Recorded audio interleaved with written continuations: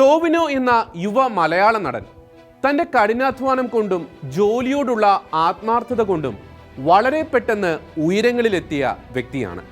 പക്ഷേ നമ്മുടെ ചെക്കന് ഈയിടെ അല്പം അഹങ്കാരം കൂടിപ്പോയോ എന്ന് സംശയം തോന്നുകയാണ്. അങ്ങനെ ആദ്യം തോന്നിയത് കുറച്ച് മാസങ്ങൾക്ക് മുമ്പാണ്. ടോവിനോയെ പലരും ടോവിനോ അച്ചായൻ എന്ന് വിളിച്ച് വിശേഷിപ്പിക്കാൻ തുടങ്ങി. താനൊരു ക്രൈസ്തവ വിശ്വാസി എന്ന നിലയിൽ ബ്രാൻഡ് ചെയ്യപ്പെടുന്നു എന്ന് ടോവിനോയ്ക്ക് തോന്നി. അക്കാര്യം തിരിച്ചറിഞ്ഞ ടോവിനോ പ്രതികരിച്ചത് തനിക്ക് ജാതിയും മതവുമില്ല എന്ന് പറഞ്ഞാണ്. ടോവിനോ അങ്ങനെ പറഞ്ഞപ്പോൾ അതല്പം നിഗളം കൂടി എന്നതിനേക്കാൾ ഒരു അഭിനവ സോഷ്യലിസ്റ്റിന്റെ ശബ്ദമായി മാത്രമേ അന്ന് വിശ്വാസികൾക്ക് തോന്നിയുള്ളൂ. പക്ഷേ ഈ ദിവസങ്ങളിൽ ടോവിനോ നടത്തിയ ഒരു പ്രസ്താവന തീർത്തും ഒരു നിരീശ്വരവാദിയുടെ തന്നെയായിരുന്നു. ജീവിതത്തിൽ പ്രാർത്ഥിക്കാത്തതിൻ്റെ പേരിൽ തനിക്ക് ഒരു തേങ്ങയും സംഭവിച്ചിട്ടില്ല എന്നതായിരുന്നു ടോവിനോയുടെ പ്രസ്താവന. അങ്ങനെ പറയാനുണ്ടായ സാഹചര്യം ഇതാണ്. 12 വയസ്സ് പ്രായമുള്ളപ്പോൾ ടോവിനോയ്ക്ക് കിഡ്നി സ്റ്റോൺ എന്ന അസുഖം വരികയും കടുത്ത വേദനയിലൂടെ കടന്നു പോവുകയും ചെയ്തു. ആന്റിബയോട്ടിക് കഴിച്ചിട്ടും വേദന മാറാതിരുന്ന സാഹചര്യത്തിൽ ആരോ അദ്ദേഹത്തോട് പ്രാർത്ഥിച്ചാൽ വേദന മാറുമെന്നും കിഡ്നി സ്റ്റോൺ അലിഞ്ഞു പോകുമെന്നും ഉപദേശിച്ചു അത്രേ. അത് കേട്ട് താൻ ഒടുക്കത്തെ പ്രാർത്ഥന നടത്തിയെന്നാണ് ടോവിനോ അവകാശപ്പെടുന്നത്. പക്ഷേ ഒരു തേങ്ങയും സംഭവിച്ചില്ല പോലും. വേദന മാറാതിരുന്നതിനെ തുടർന്ന് പിന്നീട് കീഹോൾ സർജറിയിലൂടെ കല്ലെടുത്തു കളഞ്ഞു. കല്ല് പോയപ്പോൾ വേദനയും മാറി.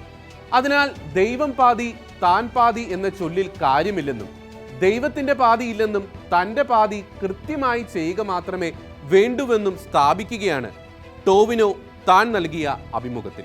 ദൈവവിശ്വാസത്തെ തള്ളിപ്പറയുന്ന ഒരു പുരോഗമന യുക്തിവാദിയായി തന്നെ സ്വയം അവതരിപ്പിക്കാൻ ശ്രമിക്കുകയാണ് ടോവിനോ ആ അഭിമുഖത്തിലൂടെ. ടോവിനോയോടും ടോവിനോയുടെ പ്രസ്താവന നെഞ്ചിലേറ്റുന്ന പുരോഗമന യുവത്വത്തോടും പറയാനുള്ളത് ഇത്രമാത്രം: ഇത് യുക്തിയല്ല, യുക്തിയില്ലായ്മയാണ്. കൂടുതൽ അംഗീകരിക്കപ്പെടാൻ ദൈവത്തെ തള്ളിപ്പറയുന്ന ഒരു സൈക്കോ പ്രതിഭാസം. ചികിത്സ നിർത്തി പ്രാർത്ഥിച്ച് രോഗസൗഖ്യം നേടാൻ കത്തോലിക്ക സഭ പഠിപ്പിക്കുന്നില്ല.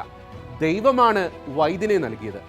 ആ വൈദ്യന്റെ ചികിത്സ സ്വീകരിക്കുമ്പോഴും ദൈവത്തിന്റെ കരങ്ങൾ വഴി തന്നെയാണ് സൗഖ്യം കടന്നു വരുന്നത്. പക്ഷേ അതേസമയം വൈദ്യശാസ്ത്രം പ്രതീക്ഷ കൈവിട്ട അനേകം പേർ പ്രാർത്ഥനയിലൂടെ ദൈവകരങ്ങളിൽ നിന്ന് സൗഖ്യം പ്രാപിച്ചിട്ടുണ്ട്. ഇപ്പോഴും സൗഖ്യം പ്രാപിച്ചുകൊണ്ടിരിക്കുന്നു. അതിന് ഏറ്റവും നല്ല ഉദാഹരണമാണ് ഇന്ന് ലൂർദിൽ സംഭവിക്കുന്ന അത്ഭുത സൗഖ്യങ്ങൾ. ശാസ്ത്രലോകത്തിന് നിഷേധിക്കാനാവാത്ത അത്ഭുതങ്ങളാണ് അവിടെ സംഭവിക്കുന്നത്. ആഗോള സഭയിൽ വിവിധ ധ്യാന കേന്ദ്രങ്ങളിലെ പ്രാർത്ഥനാ ശുശ്രൂഷകളിലൂടെയും അനേകായിരം രോഗികൾ സൗഖ്യം പ്രാപിച്ചിട്ടുണ്ട്. ഓരോ ക്രൈസ്തവ കുടുംബങ്ങളിലും പ്രാർത്ഥനയിലൂടെ ലഭിച്ച അത്ഭുത രോഗസൗഖ്യത്തിന്റെ എത്രയോ സാക്ഷ്യങ്ങളുണ്ട്. രോഗസൗഖ്യം നേടുക എന്നത് ദൈവ തിരുമനസ്സാണെങ്കിൽ പ്രാർത്ഥിക്കുന്നവന് സൗഖ്യം ലഭിക്കും. അതിന് കറകളഞ്ഞ വിശ്വാസം ദൈവത്തോട് ഹൃദയത്തിൽ ഉണ്ടാകണമെന്ന് മാത്രം.